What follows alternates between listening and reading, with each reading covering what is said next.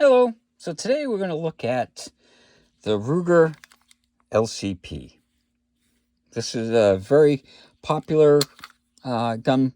It's a 380. Now they have 6, and you can get 7-round mags.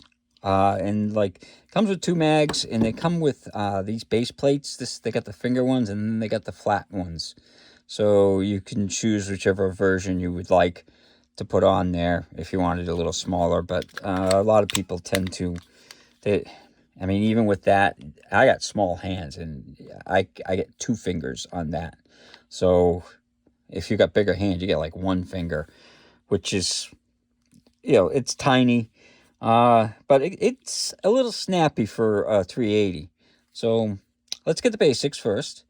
So the weight is 9.7 ounces, so it is super lightweight.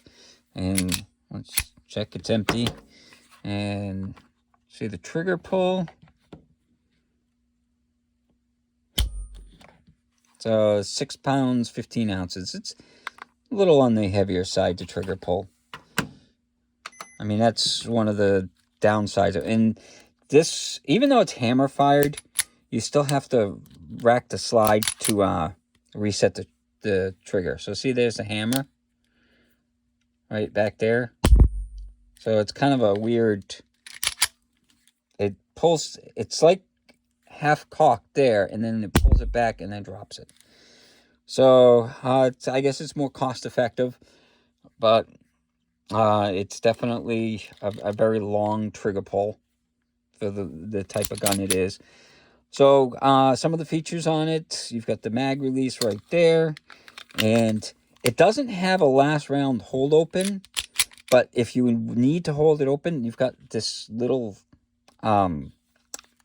like button thing, so you can push it open, push it up and leave it open, which is kind of weird. I don't know why they didn't put it in the mag, but they didn't. They've just got it there, so if you need to use it. So yeah. So the sights are pretty much non-existent. They're just little machined bump outs front and back. There's no dots on it or anything. So these aren't made for long distance shooting. They're basically made for, up close belly guns. And the mag is not swappable. As you can see, it's just got a square there and then a big block there. And the mag's only got 1. So, yeah. So, why don't we take it out to range and see how it shoots. Hello. So, today we're going to take a look at the Ruger LCP in 380. This is one of, they've got a new version out, but they still sell these. It's got a 6-round mag that it comes with. You can get 7-round mags for it. And I'm going to be firing some SIG 380 90 grain jacketed hollow points and see how it does. I got to target about 7 yards out there.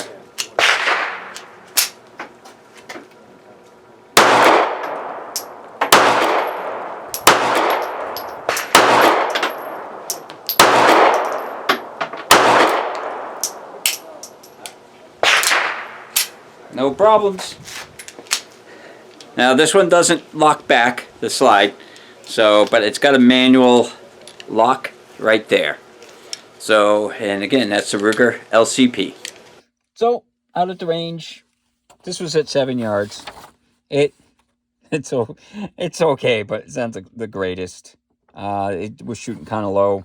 There's no way to adjust the sights, so I guess you're stuck with whatever way it shoots. But it's more at 7 yards. If that's someone, you're gonna hit them. So I guess that's fine.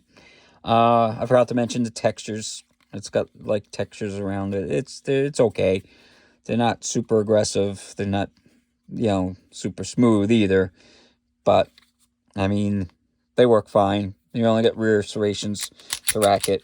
It racks pretty easy. So, yeah. The one thing that I do like about it is the styling on it is very smooth.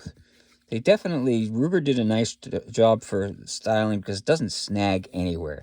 I carry it in a pocket and it doesn't doesn't snag anywhere when I carry it in the pocket. So you can pull it out of the pocket holster and it just works fine.